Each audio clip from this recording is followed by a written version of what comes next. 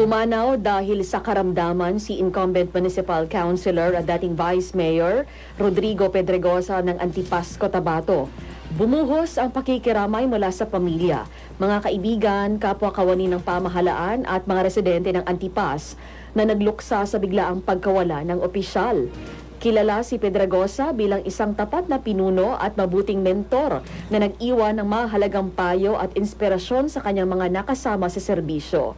Bago ang kanyang termino ngayon bilang konsehal, nagsilbi rin siya bilang vice mayor kasabay si dating Mayor Egidio Cadungo noong 2016. Nagbalik siya sa Sangguniang Bayan noong 2022 at muling nahalal nakarang eleksyon sa ilalim ng Nationalista Party.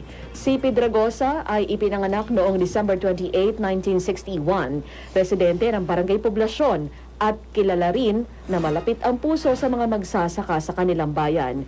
Inihahanda pa ng pamilya ang detalye para sa kanyang burol.